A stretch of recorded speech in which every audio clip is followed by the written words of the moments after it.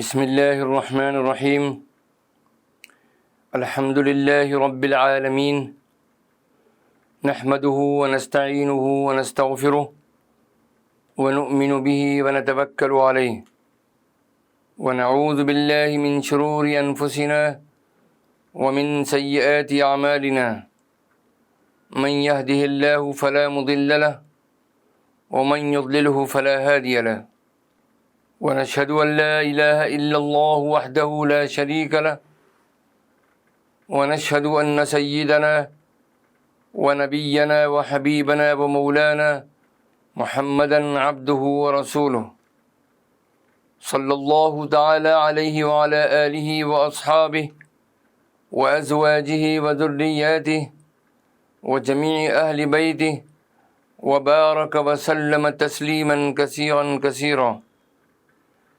أما بعد فأعوذ بالله من الشيطان الرجيم. بسم الله الرحمن الرحيم. رب زدني علما وألحقني بالصالحين. رب اشرح لي صدري ويسر لي أمري واحلل عقدة من لساني يفقهوا قولي. صدق الله العظيم.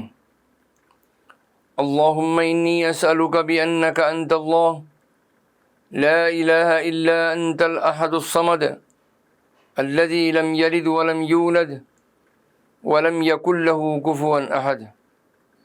بزرگان محترم، برادران عزیز، سلسلے کے مخلصین اور ہماری قابل احترام مائیں، بہنیں اور عزیز بچیاں، درس معیار السلوک کے ضمن میں چوتھے معیار کی تشریح کا سلسلہ جاری ہے، اور چوتھے معیار پر جو گفتگو چل رہی ہے یہ اس کی مجموعی اعتبار سے 22ویں قسط ہے. اور گزشتہ ہفتے ہم نے اس سلسلے کے اندر امید پر گفتگو کی تھی، اور یہ آج اس کی دوسری قسط ہے. اس خطاب کی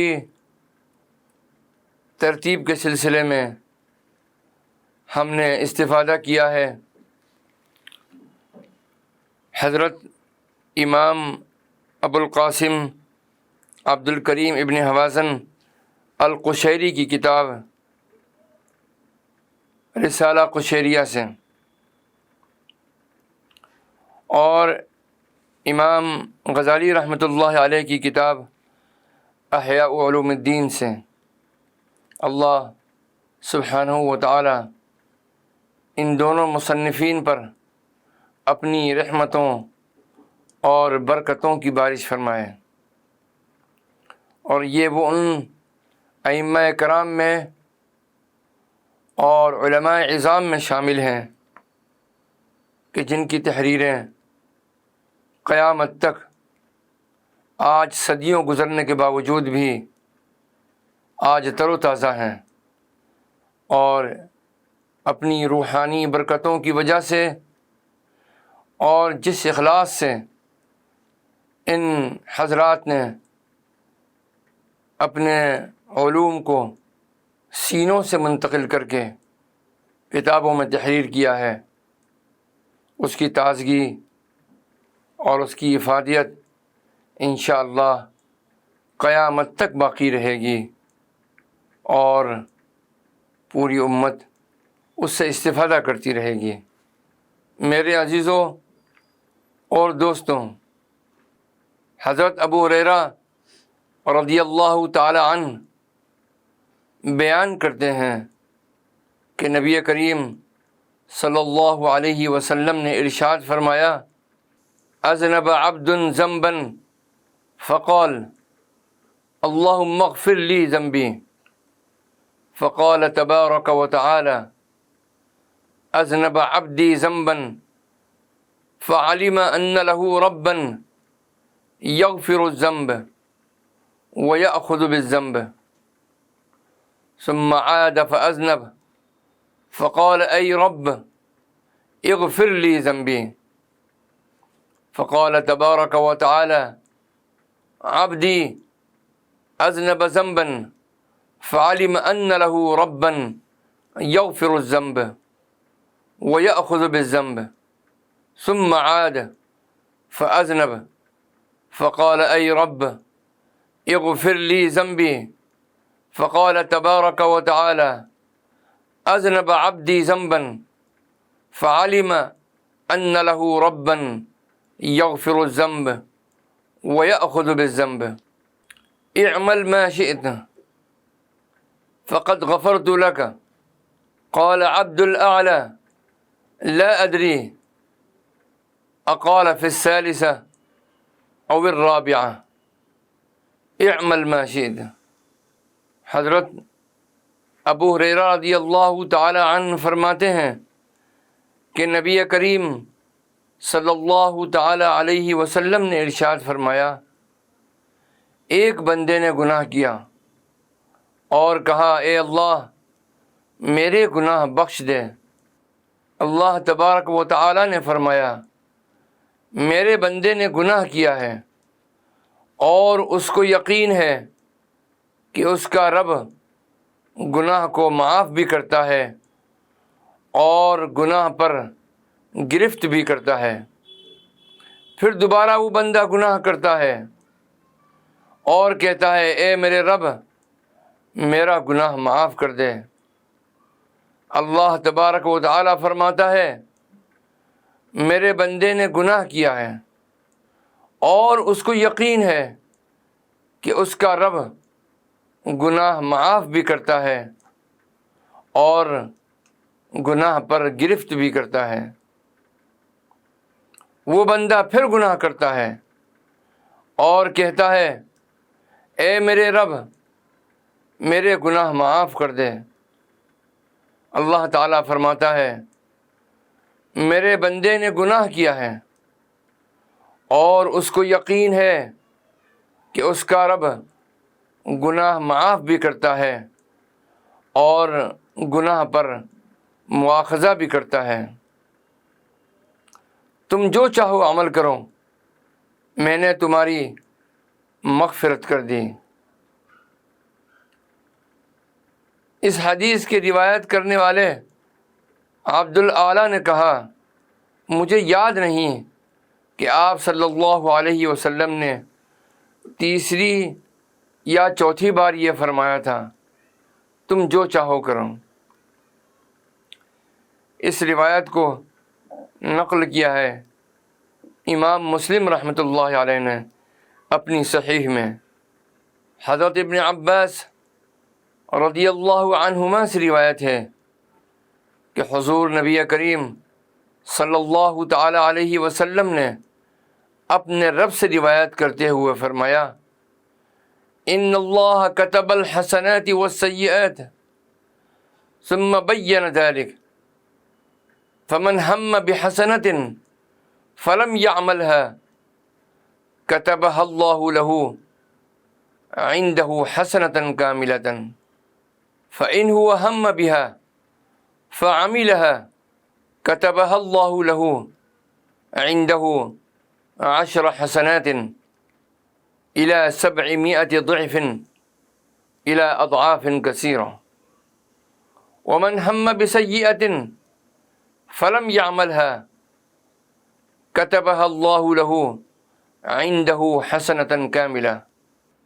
فإن هو هم بها فعملها كتبها الله له سيئة واحدة۔ اللہ تعالیٰ نے نیکیاں اور بدیاں لکھ دیں اور انہیں واضح فرما دیا ہے کہ جس نے پس نیک کام کا ارادہ کیا اور اسے کر نہ سکے تب بھی اللہ تعالیٰ اس کے لیے پوری نیکی کا ثواب لکھ دیتا ہے، اور اگر اس نے ارادہ کیا پھر اسے کر بھی لیا تو اللہ تعالیٰ اس کے لیے 10 نیکیوں سے 700 تک، یعنی کئی گناہ کر کے لکھ دیتا ہے۔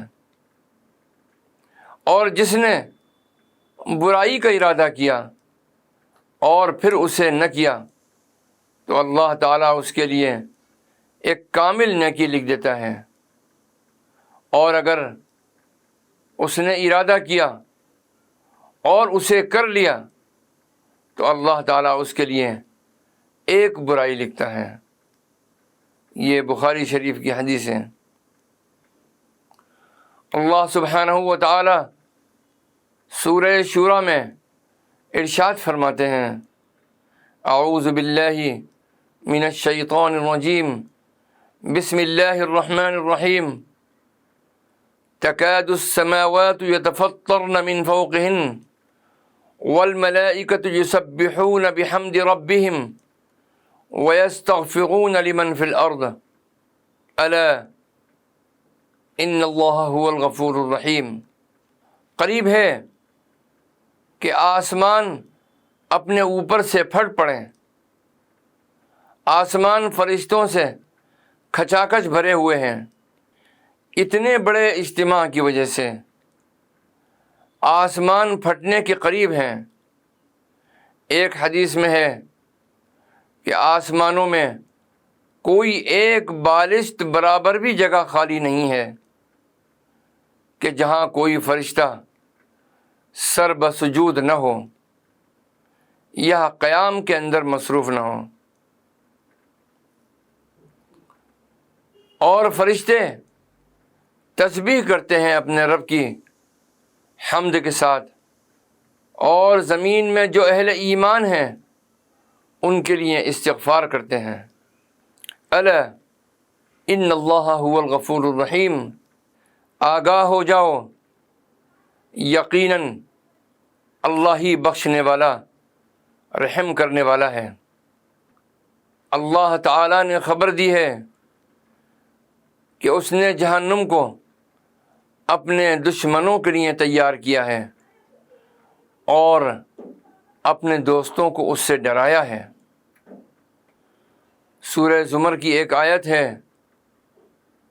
اللہ سبحانہ و تعالیٰ نے ارشاد فرمایا، لَهُم مِّن فَوْقِهِمْ ظُلَلٌ مِّنَ النَّارِ وَمِن تَحْتِهِمْ ظُلَلٌ، ان کے لیے ان کے اوپر سے بھی آگ کے بادل ہوں گے تہ برتہ، اور نیچے سے بھی آگ کے بھبکے ہوں گے تہ بتہ۔ ذَلِكَ يُخَوِّفُ اللَّهُ بِهِ عِبَادَهُ، یہ وہ شے ہے جس سے اللہ سبحانہ و تعالی ڈراتا ہے اپنے بندوں کو۔ یا عبادی فاتقون، اے میرے بندو پس تم مجھ سے ڈرو، میری ان وعیدوں سے ڈر کر تم اپنے آپ کو جہنم کی آگ سے بچانے کی کوشش کرو۔ ایک روایت میں ہے کہ نبی کریم صلی اللہ تعالی علیہ وسلم امت کے لیے مسلسل دعا مانگتے رہے، یہاں تک کہ کہا گیا کہ کیا آپ اب بھی راضی نہیں، حالانکہ آپ پر یہ آیت نازل کی گئی ہے، وَإِنَّ رَبَّكَ لَذُو مَغْفِرَةٍ لِلنَّاسِ عَلَى ظُلْمِهِمْ، یہ سورہ رعد کی آیت ہے جس میں اللہ سبحانہ و تعالی نے ارشاد فرمایا، اور بے شک آپ کا رب لوگوں کے گناہ بخشنے والا ہے۔ اور سورہ ضحیٰ کی یہ آیت مبارکہ، وَلَسَوْفَ يُعْطِيكَ رَبُّكَ فَتَرْضَىٰ، اور عن قریب آپ کو آپ کا رب وہ کچھ عطا فرمائے گا کہ آپ راضی ہو جائیں گے۔ اس آیت مبارکہ کی تفسیر کے سلسلے میں فرمایا گیا کہ حضرت محمد صلی اللہ تعالی علیہ وسلم اس وقت تک راضی نہ ہوں گے جب تک آپ کا ایک بھی امتی جہنم میں ہوگا۔ حضرت انس رضی اللہ تعالی عنہ فرماتے ہیں کہ نبی کریم صلی اللہ تعالی علیہ وسلم نے اپنے رب سے اپنی امت کے گناہوں کے بارے میں یوں عرض کیا کہ یا اللہ ان کا حساب میرے حوالے کر دے تاکہ ان کی برائیوں پر میرے علاوہ کوئی اور مطلع نہ ہو۔ تو اللہ تعالیٰ نے آپ کی طرف یہ وحی فرمائی کہ وہ آپ کی امت میں ہیں اور میرے بندے ہیں، اور میں ان پر آپ سے زیادہ رحیم ہوں۔ ان کا حساب کسی کے حوالے نہیں کروں گا کہ آپ یا کوئی دوسرا ان کی برائیوں کو دیکھے۔ حضور نبی کریم صلی اللہ تعالیٰ علیہ وسلم نے ایک موقع پر ارشاد فرمایا، اس روایت کو مسند امام احمد بن حنبل میں نقل کیا گیا ہے، احب ان یعلم اہل الکتابین ان فی دیننا سماحہ، میں چاہتا ہوں کہ اہل کتاب تورات اور انجیل والے یعنی یہود اور نصارہ اس بات کو جان لیں کہ ہمارے دین میں بخشش ہے۔ اور نبی کریم صلی اللہ تعالی علیہ وسلم نے ایک موقع پر ارشاد فرمایا، حیاتی خیر لکم و موتی خیر لکم، اما حیاتی فاسن لکم السنن واشرع لکم الشرائع واما موتی فإن أعمالكم تعرض علي فما رأيت منها حسنا حمدت الله عليه وما رأيت منها سيئا استغفرت الله تعالى لكم أو كما قال عليه الصلاة والسلام۔ حضور نبی کریم صلی اللہ تعالی علیہ وسلم نے ارشاد فرمایا، میری ظاہری زندگی بھی تمہارے لیے بہتر ہے اور میرا وصال بھی تمہارے لیے بہتر ہے۔ زندگی اس لیے کہ میں تمہیں سنتیں اور شرعی احکام دیتا ہوں، اور وفات اس لیے کہ تمہارے اعمال مجھ پر پیش کیے جائیں گے، تو میں ان میں سے اچھے اعمال دیکھ کر ان پر اللہ تعالیٰ کا شکر ادا کروں گا، اور جو برائی دیکھوں گا تو اللہ تعالیٰ سے تمہاری بخشش کا سوال کروں گا۔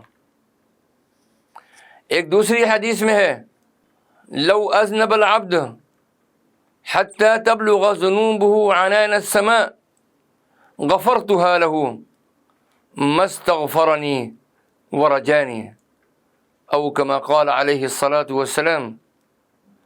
اگر بندہ گناہ کرے حتیٰ کہ اس کے گناہ آسمان کی بلندی تک پہنچ جائیں تو میں اسے بخش دوں گا جب تک وہ مجھ سے بخشش مانگتا رہے اور مجھ سے امید رکھے۔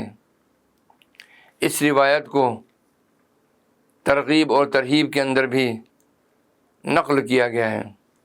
ایک اور حدیث قدسی میں مذکور ہے جو کہ مروی ہے مسند امام احمد بن حنبل میں، اگر میرا بندہ مجھ سے زمین بھر کی مقدار گناہوں کے ساتھ ملاقات کرے تو میں زمین بھر مغفرت کے ساتھ اس سے ملاقات کروں گا، او کما قال علیہ الصلاۃ والسلام۔ صحیح بخاری کی ایک حدیث ہے کہ نبی کریم صلی اللہ تعالی علیہ وسلم نے ارشاد فرمایا، والذی نفسی بیدہ اللہ ارحم بعبدہ المؤمن من الوالدۃ الشقیقہ بولدہا، اس ذات کی قسم جس کے قبضہ قدرت میں میری جان ہے، البتہ اللہ تعالی اپنے مومن بندے پر شفیق ماں کے اپنے بچے پر مہربان ہونے سے بھی بڑھ کر مہربان ہے۔ صحیح مسلم کی ایک اور حدیث ہے جو کہ منقول ہے حضرت عمر بن خطاب رضی اللہ تعالی عنہ سے، وہ بیان کرتے ہیں کہ نبی کریم صلی اللہ علیہ وسلم کے پاس قیدی آئے۔ پس قیدیوں میں ایک عورت تھی، وہ اپنے بچے کو دودھ پلا رہی تھی۔ جب وہ اپنے بچے کو دیکھتی تو اس کو پکڑ کر اپنے سینے سے چمٹاتی اور اس کو دودھ پلاتی۔ پس ہم سے نبی کریم صلی اللہ تعالی علیہ وسلم نے ارشاد فرمایا، کیا تمہارا گمان ہے کہ یہ عورت اپنے بچے کو آگ میں ڈال دے گی؟ ہم نے کہا نہیں، اگر وہ اس کو آگ میں نہ ڈالنے پر قادر ہوگی تو نہیں ڈالے گی۔ آپ صلی اللہ علیہ وسلم نے فرمایا، اللہ تعالیٰ اپنے بندوں پر اس سے زیادہ رحم کرنے والا ہے جتنا یہ عورت اپنے بچے پر رحم کرتی ہے۔ اس حدیث مبارکہ میں مذکور ہے کہ رسول اللہ صلی اللہ تعالیٰ علیہ وسلم نے صحابہ کرام سے پوچھا، تمہارا کیا گمان ہے، یہ عورت اپنے بچے کو آگ میں ڈال دے گی؟ تو صحابہ نے کہا، اگر یہ عورت اس پر قادر ہوگی تو نہیں ڈالے گی۔ تب رسول اللہ صلی اللہ تعالیٰ علیہ وسلم نے فرمایا، جتنا یہ عورت اپنے بچے پر رحم کرتی ہے، اللہ تعالیٰ اپنے بندوں پر اس سے زیادہ رحم کرنے والا ہے۔ اس پر یہ سوال ہوتا ہے کہ اللہ تعالیٰ اپنے بندوں کو دوزخ میں تو ڈالے گا، پھر یہ کیسے درست ہوگا کہ یہ عورت تو اپنے بچے کو آگ میں نہیں ڈالتی اور اللہ تعالیٰ جو اس سے زیادہ اپنے بندوں پر رحم کرنے والا ہے وہ اپنے بعض بندوں کو آگ میں ڈال دے گا؟ اس کا جواب یہ ہے کہ اللہ تعالیٰ اپنے بندوں کو دوزخ میں نہیں ڈالے گا۔ جن کو دوزخ میں ڈالے گا ان میں سے کوئی اپنے آپ کو سورج کا بندہ کہتا ہے، کوئی اپنے آپ کو آگ کا بندہ کہتا ہے، کوئی پتھر کی بنائی ہوئی مورتیوں اور بتوں کا بندہ کہتا ہے، اور کوئی اپنے آپ کو پیپل کے درخت کا بندہ کہتا ہے۔ سو جو اللہ کا بندہ ہے اور اپنے آپ کو وہ اللہ کا بندہ کہتا ہے، اس کو اللہ تعالیٰ دوزخ میں نہیں ڈالے گا۔ اس پر پھر یہ سوال ہے کہ بعض مومنین کو بھی تو دوزخ میں ڈالا جائے گا۔ اس کا جواب یہ ہے کہ اللہ ان کو دوزخ میں عذاب کے لیے نہیں ڈالے گا، بلکہ گناہوں سے پاک کرنے کے لیے ان کو دوزخ میں ڈالا جائے گا۔ یہ ایسا ہے کہ بچے کے بدن پر میل کچیل ہو تو ماں بچے کو صابن سے رگڑ رگڑ کر نہلاتی ہے، بچہ روتا ہے، چلاتا ہے، لیکن ماں بچے کی خیر کی خاطر اس کو رگڑ رگڑ کر نہلاتی ہے۔ میرا عزیزو اور دوستوں، اسی طریقے سے اللہ تعالیٰ ان گناہ گار بندوں کو جن کے لیے جہنم میں داخلے کا فیصلہ ہو جائے گا، ان کو جہنم میں اس لیے داخل کیا جائے گا تاکہ ان کو پاک اور صاف کر دیا جائے، اور اس کے بعد ان کو جنت میں داخلہ دیا جائے۔ اللہ سبحانہ و تعالی ہم کو اور آپ کو، پوری امت کو، ہر گناہ سے بچنے کی توفیق عطا فرمائے، گناہوں کی نفرت ہمارے دلوں میں پیدا فرما دے۔ اللہ اپنا ڈر اور اپنا خوف اتنا ہم کو عطا فرما دے کہ گناہ کا خیال بھی ہمارے دلوں میں نہ آئے، اور اگر گناہ کا خیال دل میں بھی آئے تو گناہ کرنے کی جرأت ہمارے اندر نہ ہو، اللہ کی رضا اور خوشنودی کے لیے اور اس کی محبت میں۔ اللہ سبحانہ و تعالی ہمارے اور آپ کے ساتھ میں اپنے کرم کا اور عفو درگزر کا معاملہ فرمائے، آمین۔ ثم آمین یا رب العالمین، والصلاة والسلام علی النبی الکریم، والسلام علیکم ورحمۃ اللہ وبرکاتہ۔ بسم اللہ الرحمن الرحیم، اللہم صلی علی سیدنا و مولانا محمد وعلی آل سیدنا و مولانا محمد وبارک وسلم۔ اللہم انت السلام ومنک السلام، تبارکت یا ذا الجلال والاکرام۔ اللہم اغفر لنا وارحمنا وعافنا وارزقنا وارفعنا واجبرنا۔ اللہم احسن عاقبتنا فی الامور کلها واجرنا من خزي الدنيا وعذاب الآخرة۔ اللهم أصلح لنا ديننا الذي هو عصمة أمرنا، وأصلح لنا دنيانا التي فيها معاشنا، وأصلح لنا آخرتنا التي فيها معادنا، واجعل الحياة زيادة لنا في كل خير، واجعل الموت راحة لنا من كل شر۔ اللهم إنا نسألك العفو والعافية في الدين والدنيا والآخرة۔ اللهم إنا نسألك الهدى والتقى والعفاف والغنى۔ اللهم إنك عفو تحب العفو فاعف عنا يا كريم۔ ربنا تقبل منا إنك أنت السميع العليم، وتب علينا يا مولانا إنك أنت التواب الرحيم۔ وصلى الله تعالى على خير خلقه سيدنا محمد وعلى آله وأصحابه أجمعين برحمتك يا أرحم الراحمين۔